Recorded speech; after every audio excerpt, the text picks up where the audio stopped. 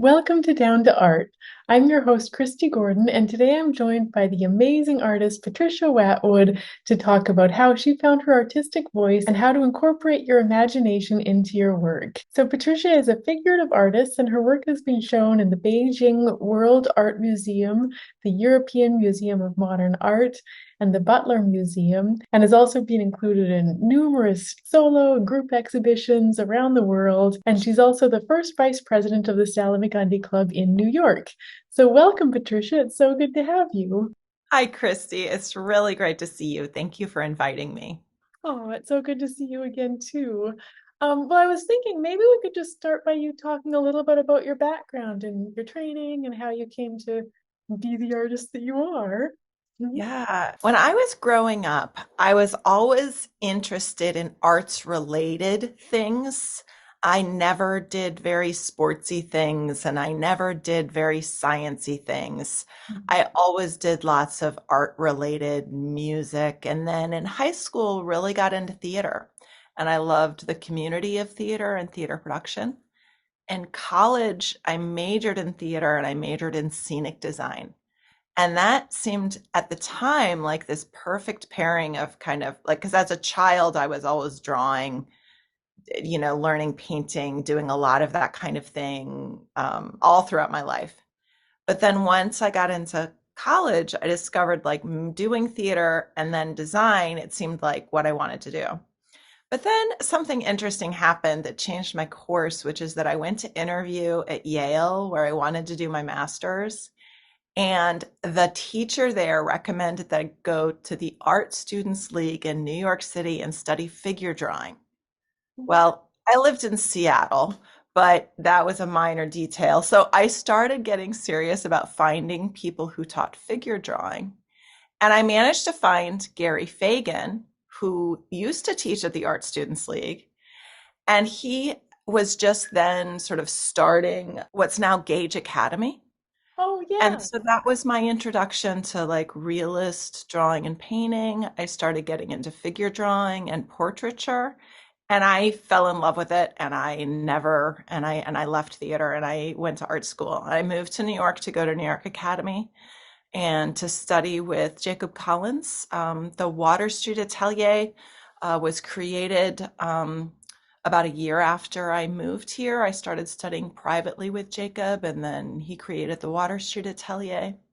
So yeah, so I moved to New York to study painting, and I've been able to do it ever since. I do teaching, I do commission portraiture, and then do gallery work. Actually, it's interesting that you had this background in theater because looking at your paintings, some of them have a sort of theatrical, some of your compositions actually have a little bit of a theatrical feel to them. And I feel like that can happen where our voice ends up pulling all of the things that we've done together in a certain way. I think my theater background really has shaped my process a lot. And also my interest when I was in theater, I was studying history of theater and ancient Greek theater. It's all about like myth and narrative and then archetypes, and then you get to Shakespeare and love and struggle and death and jealousy, all of these themes. So now all of that interest in narrative and archetype and story that I learned and absorbed in theater has crossed over.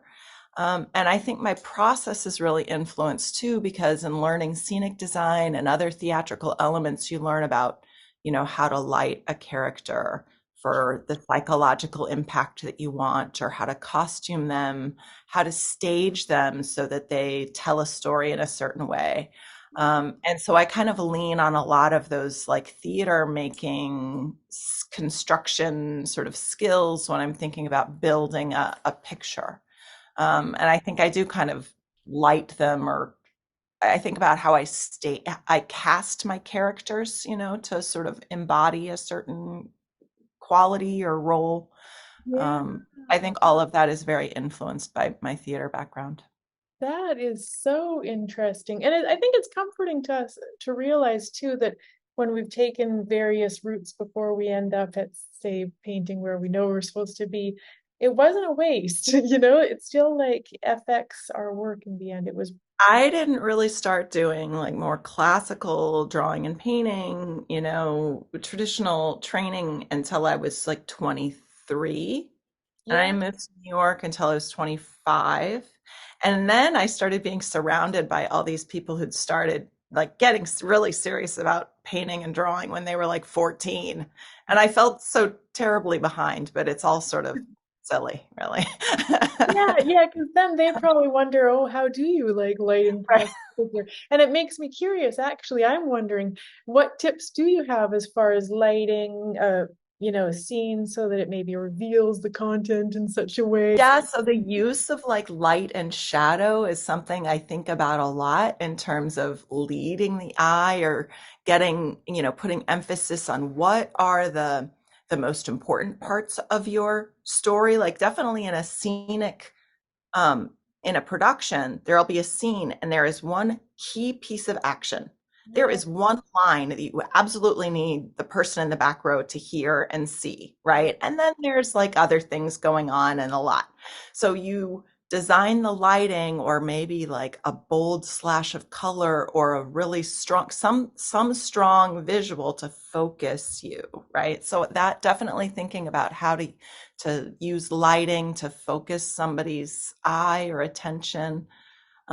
Even the quality of the light, kind of like a frontal, sunny daylight, has a very specific psychological connotation, whereas like a noiry kind of backlit, lots of shadow mood, gives can create a really ominous feel or a really sinister feel. So just by shaping the light, the color of it, the direction of it, all of those can really add a lot of psychological impact to your image. Yeah. That's fascinating. And I think it's some like at a certain aspect of, say, learning how to paint that is, it's like assumed that we might eventually figure this out, but it's never taught, you know? I Um, did a great exercise in theater that's kind of a classic theater training exercise where in lighting design class, you take an old master painting and then you have to recreate it. You have to like find a person to like put on and you have to make the costume and then you have to set up sort of a background somehow to evoke the painting and like combine, the props or whatever. What we always learn in lighting design is that you usually need two or three different lighting effects because you need one light on the primary subject and then you need a little light on this little detail back there. And so it very specifically shaped, that exercise was incredibly helpful for thinking about constructing paintings. That really is. And actually, it's kind of tying into what I wanted to talk to you a little bit about. Because I know you and I both have like an academic training, and in like an atelier, they would have us usually use one directional light source and paint like really observationally. So changing the color of the background would be like a big no-no, not in all schools, but just maybe when we're initially learning. Just so observational based and stuff. But then you and I and so many other artists have like found ways of incorporating our imagination and having our work look personal and unique to us, but drawing on this amazing tradition that we love the techniques from. Um, Hmm. and even what you're talking about with the lighting, it's one of the ways that you could maybe diverge slightly from the total tradition so that now you're having multiple light sources and using that to tell the story. But I think my question that I really wanted to ask you first was what was it like, um say you, because you initially got a little bit of academic training, then you went to the New York Academy of Art. What do you remember what it was like when you first tried to bring your own ideas into a painting using these traditional techniques? Well, actually, I have to say that New York Academy of Art was a really encouraging place to try to get me to start thinking about constructing images um, like entirely in terms of the concept and then what the setting would be. And I did a class with Ted Schmidt and another couple of classes, like a class with Patrick Connors, who passed away now, where we were invited to create a setting and invent a setting using perspective skills or an invented landscape or I think I remember making one painting that was like an invented like bathhouse with all these like tiles, right? And so they really challenged us to do that. And I remember actually how hard it was because we were painting the model from life and I was like drawing and painting the figure from life, but then being asked to kind of construct this image around it. And I remember that the first results were sort of like awkward and like not very good, but it definitely gave me permission to figure out how I might do that. And I continued to train in the atelier at the same time and working observationally um, for for many years. It was still my practice to sort of work observationally, and as much as possible, even if I wanted to think about how I constructed the background, I would come up with some way to do it in my studio. Whether it was like drapery or even kind of like one time sewing costumes or getting, like I felt like I kind of would pull things into my studio that I could observe from. But Yeah, then slowly over time, I have gotten more and more so that actually I'm just going to make the background up, like totally. But but that's it took a long time to develop a feeling of confidence around that I could just make it up and that it was okay because there was also such a strong emphasis on realism and observation and perception as a value in art. And this goes back to the 19th century and even realism and Courbet and then like the Ashcan school and we should be painters of modern life. There was a like complete rejection of all of this like fantasy and imagination and angels and monsters and dragons, right? And the idea of doing that, like when I first went to art school, just seemed like the most ridiculous thing you could ever want to do, right? And that it's been very interesting and challenging, like over time, to kind of like, well, maybe I can paint a dragon if I want to, you know? totally. And I know exactly what you mean because we have a really like similar kind of training in that way. And we're both influenced by like, this tradition, but we have kind of found ourselves speaking to it, but not necessarily entirely aligned with all of the I definitely remember like the first time I saw one of your unicorn paintings, and I was like, okay, gauntlet has been thrown down. We can paint unicorns. Like it just felt like permission in a certain way, and I was definitely thinking about that direction myself. And so I obviously like saw it, identified what you were doing right away. Oh, But I've appreciated that about watching how your work has developed too. oh, that's so sweet. And I feel exactly the same about like as you. Um, I think that what you said is so important. It does eventually come down to us giving ourselves permission to do what we want. And there's a lot of the time from our amazing training, whoever, like each artist will have different people that they've trained with, but presumably they like the training that they've got and they've got some really good training. But eventually it does come to a point where you have to kind of like make the decision like I want to do this and I'm going to do this and give yourself permission to. And so a lot of the time maybe there is a moment where you're slightly turning your back on the training but not entirely or anything, and but that's what starts to make our voice so unique sometime. I don't know. Yeah. I mean, I think there's so much to it. I think that particularly my education in my master's program, I've actually come to think of it as actually very masculine. True. Um, For sure. the kind of energy and impetus around even abstract expressionism and expressive painting, things Yeah. like bold and muscular, Yeah. um, things that were strong and assertive, things that were bad were all of those characteristics of like what can be described as feminine painting, like True. color, Yeah. decoration, Yeah. that feel frivolous, right? And I really see now that those are kind of all and gendered ideas about what is valued in art and not valued. And so I really also love that about what you're doing and what I'm doing more myself in terms of like, well, what exactly is my obligation to some sort of verisimilitude or veracity or um, rigor, or like there's all this language, right, that is kind of gendered.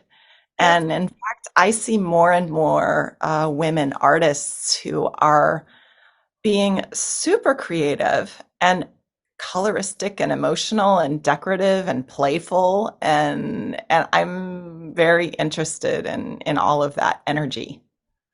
I feel exactly the same, but actually I don't think I'd put it like so clearly in some of the ways, like to look at a lot of our training as like kind of masculine and then remembering this frivolous kind of colorful stuff. Because of course when I painted the unicorn, I was thinking that's really embracing some feminine, motif, Right. but that yeah, that's very interesting. Um and we were sort of talking about lighting and I we kind of got away with from it, but I had been sort of thinking about how much that ties into composition too, and I wondered how important composition like is in your work and just how important you think the role of composition and color. I think those are the two areas that almost are so complicated that it's very hard to teach, and a lot of us have to fumble around trying to figure it out on our own. Yeah, I think there aren't actually enough good resources about composition. We've talked a little bit about books. I'm kind of thinking about like a book on composition. I Do you think have composition any? is incredibly important. Yeah. And there's been one thing that I've learned about in the last 4 or 5 years that I've incorporated into my teaching, which is the concept of no-tan.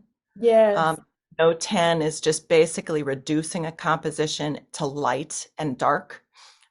And then kind of going back to what I was mentioning in theater about contrast and how much contrast there is. So I've developed like, um, I guess I put a great deal of importance now on thinking about the composition in terms of its notan and its readability in a very reduced way in terms of what are the shapes, do they convey what the story is or the setting or the narrative, and then how is the light dark pattern in the painting really making the composition strong.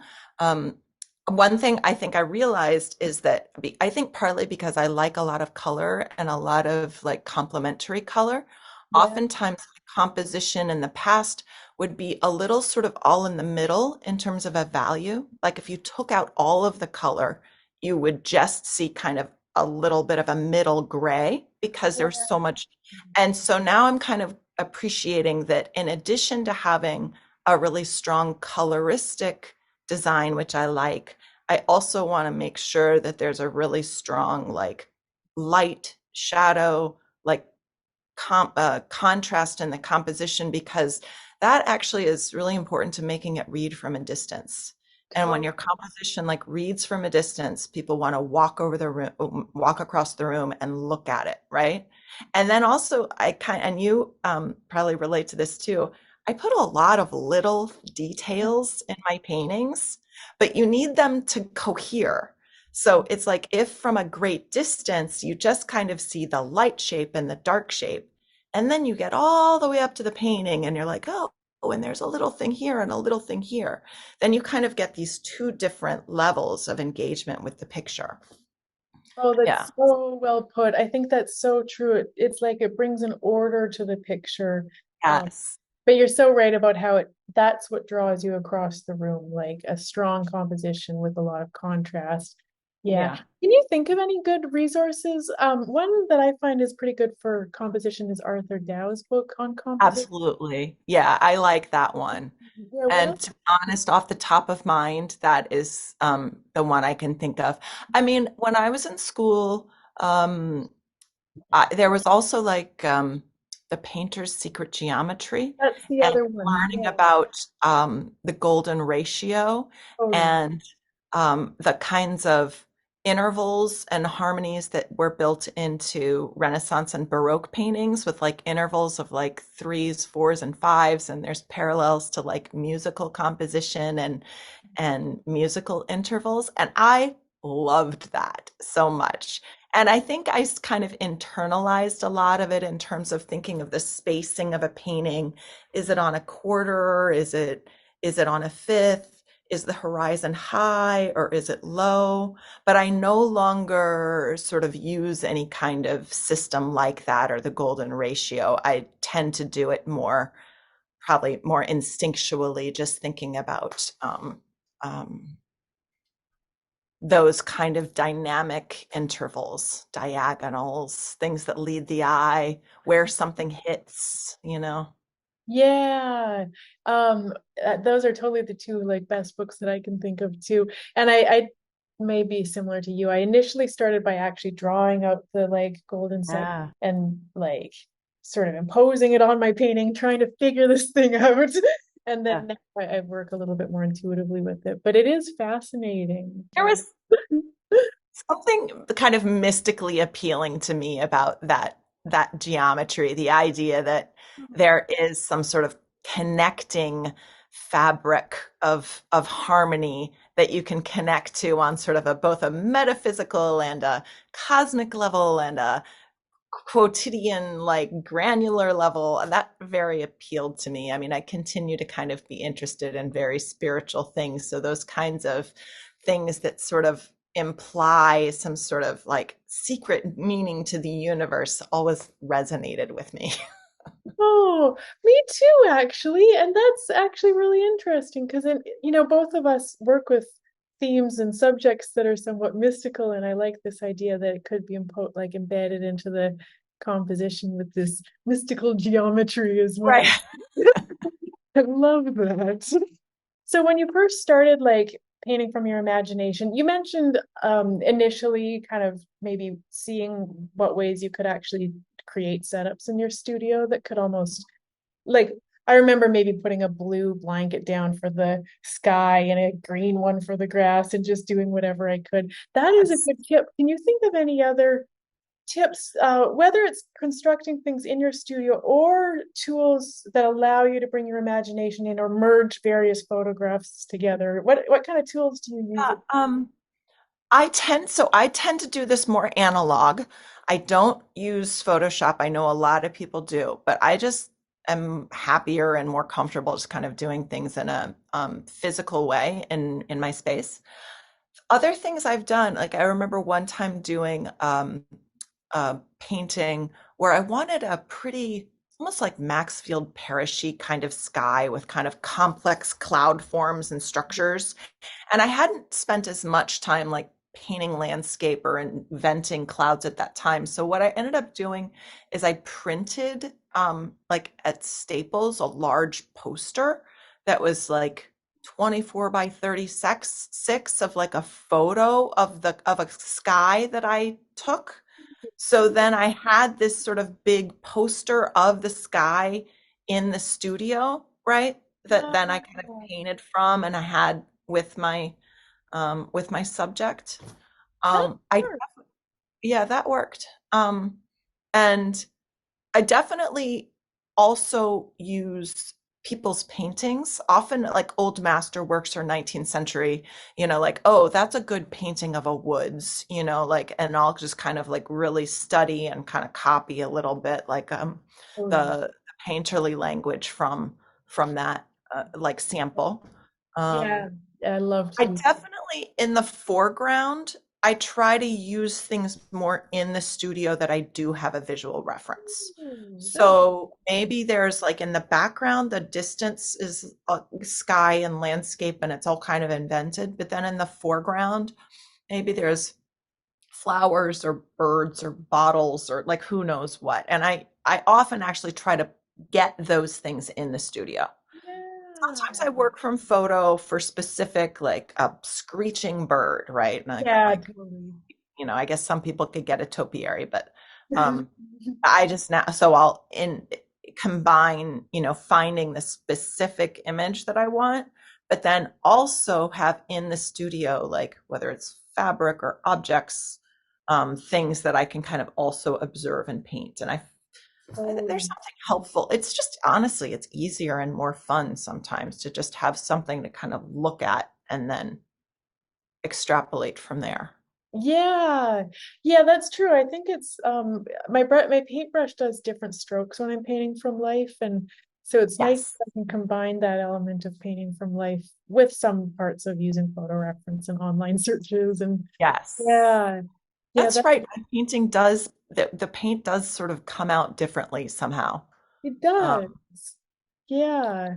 Different colors, more confident brush strokes. It just yeah, but that's really interesting. I can actually totally see that now that I think about it. It pulls the foreground elements forward in your work right, too and really creates a lot of depth. That's right. very interesting. So, like I've seen your work evolve over the years. It's always been amazing. Like, what was it like for you finding your voice? Did you know when you found it? I don't know. It's always a hard topic because I feel like we're so immersed in it that sometimes we don't know when it's happened or that it's happened. But do you have anything to say about it? Yeah, I guess I actually did have like a particular painting that I made that you probably know. It's that painting Pandora, Yeah. where she's like seated and it's kind of it's an allegory about the World Trade Center as well as Pandora's box. And when I made that painting, that was the first time that I had so much departed into inventing the background and creating this kind of urban, sort of dystopian sort of landscape, and then propped out a lot of the things that are in the foreground of that painting with, at that time, like things that I was looking at in the studio. Mm. And that was really a significant painting to me in terms of feeling like I can invent the whole background. Um, I know how to, I know enough to be able to do that and pull it off. And then also what it enabled me to do just compositionally or intellectually in terms of what I was creating in the painting. So that painting was really important in terms of then right around that, when I made that one, I made a handful of other paintings using a lot of the same kind of pictorial language. And that was a period where I really felt like I had finally figured out something that was very personal, was my own pictorial world, Yeah, and my own painterly language. Because totally. also, like in my backgrounds, it often is actually like quite painterly, like it looks really detailed from a distance, but then if you get up close to it, it actually like it's just kind of like a brushstroke, or it's actually not very much there, which I'm Yeah, really, really interested in. yeah. And so in that period that I figured out just through trial and error and what seems like drunken bravery, although it's actually not drunken, but sometimes you're just like have to kind of like you don't quite know what you're doing and you just sort of like heedlessly throw yourself into what you're doing and just commit to the fact that you don't know what you're doing. And I feel like in that period, I just was able to kind of stretch out into this space that felt like there was a lot of room for me to play.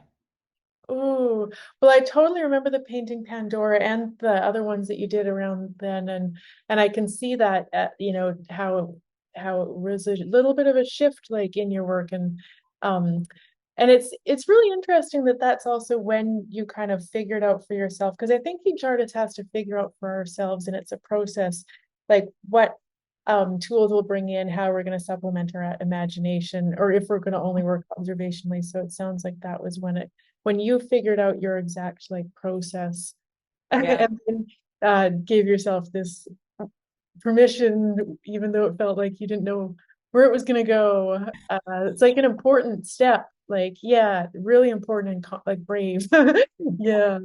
And it definitely over time since then, and that was actually now about 10 years ago, I've Yep. been able to more and more lean into things where I don't actually have to maybe give myself a foreground to paint or, like, or gather all the details in a more rigorous sort of observational way, that more and more I'm with the compositions and backgrounds just able to sort of invent.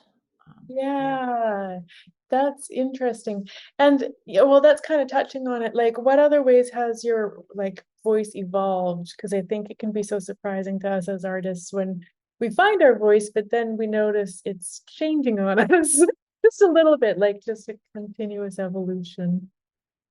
I think in some ways well, what comes to mind is that my thoughts about what it means to be making figurative art, Yeah, and the thinking about the body, over time have just evolved. I've always been, a woman painter, often painting the female nude, yeah, which then, especially when I first started, was just not really a cool thing to do, to like paint, the sort of like the female nude and sort of in a beautiful way. But I've always been wanting to do that. But then as I also am aging myself or just thinking about the body, thinking about body positivity, thinking about feminism, and then even thinking about sexuality and gender. yeah, I have a lot of trans people in my life. And so thinking a lot about how all of that, like, what does that mean to me as a figurative artist, right? As somebody who is painting the body. And um, so I'm finding that is just develops and change because we don't stay the same as people, we develop and change as well. Oh, that's so true. Yeah. And you've written a book called The Path of Drawing. Can you tell us a little bit about it? Yeah, thank you for asking. Okay, I'm going to show you my book. So, Oh, amazing. so it's called The Path of Drawing: Lessons for Everyday Creativity and Mindfulness. And honestly, this book was a really intrinsic part to me learning how to cultivate my own voice and become more confident just in myself as I am. I think all of us, frankly, struggle emotionally with being an artist, probably more than we really did often talk about. Yeah, And I went through kind of a creative period where I really didn't feel like I was thriving. I didn't feel confident in my voice. I was constantly kind of struggling with feelings like that, like I wasn't quite enough, like whatever I was doing just wasn't enough. And so then I was like, and I kind of struggling with some depression. So yeah, I really had to, at a certain point, kind of confront the fact that I had these emotional struggles that were getting in the way of my creative growth. And then I learned a lot that I brought into this book about how common issues of fear and anxiety and procrastination are around creativity, yeah, and how we can use mindfulness as a practice to just keep ourselves committed to what we're doing. Mindfulness is simply noticing what your thoughts and feelings are and being able to recognize that your feelings and thoughts are not necessarily like facts, right? right, That you're experiencing your feelings and they are real and present, but they aren't necessarily a fact about who you are or what you are. So then my emotional response to, my painting, oh, this is going terribly. Oh, I hate right, this. Oh, totally. this is so great, right? Like Yeah, whatever that emotional response is, right? Can I kind of recognize, oh, I'm just having these feelings about what's going on, and then how do I move forward in a healthy way? I also think that to really grow and nurture your voice as an artist, you must stay in practice really consistently. yeah, It is so much easier said than done. it It is. We know that we have to practice and we have to paint and we have to spend time in our studios, and yet somehow there's just a couple things I've got to take care of before I do. And so the book is also about how you can just kind of strengthen your habits of, rituals of beginning, Mm. strengthening your intentions about what you're doing, so that you can have a consistent practice, because I think it is actually the consistent practice That's where really it's like the playground where your voice develops. Mm, And for me, having the book is also kind of about using like a small sketchbook practice, yeah, doing talked about no-tans or just like watercolor sketches, even collage, yep. that it's all not goal oriented. And it's not about making art to then show to the public. It's really very private. Mm, And that both, and that allows space for growth. mm. um, to really it's quiets your mind. You can actually kind of hear little ideas that are Yep. coming, right? Or you can notice patterns over time that like, oh, I really seem to be interested in this one subject, right? You see, so you can, it's also just a really good way to learn about yourself. Um, Mm. You touched on so many important things, and I think so many people will be interested in your book. What's the best place for people to buy a copy of your It's widely available in bookstores, and it's published by Phaidon and Monticelli Studio. It's available on Amazon or it's available at phaidon.com. And it's available in a lot of art museum bookstores. My friend sent me a picture of it from the National Gallery in London. I think that was like the greatest thing I'd ever seen. I was so excited. So yeah, it's been a book? lot of bookstores that specialize in art also have it. Oh, well, congratulations. And I'll definitely include a link to where people can buy it in the description. And where can people learn more about you and your work? So Patricia Watwood and patriciawatwood.com or IG at Patricia Watwood or on Facebook. My last name is my husband's last name, Scottish, and it's a little uncommon, so I'm actually very easy to Google. Ooh, Yeah. excellent. I'll include links to those in the description as well. Well, thank you so much for being with us, Patricia. It was so interesting to talk to you. And yeah, I know our listeners will really enjoy hearing everything that you I'm shared. really excited to talk to you, Christy. I remember when I first met you at New York Academy, I would just like, I feel like we connected right away.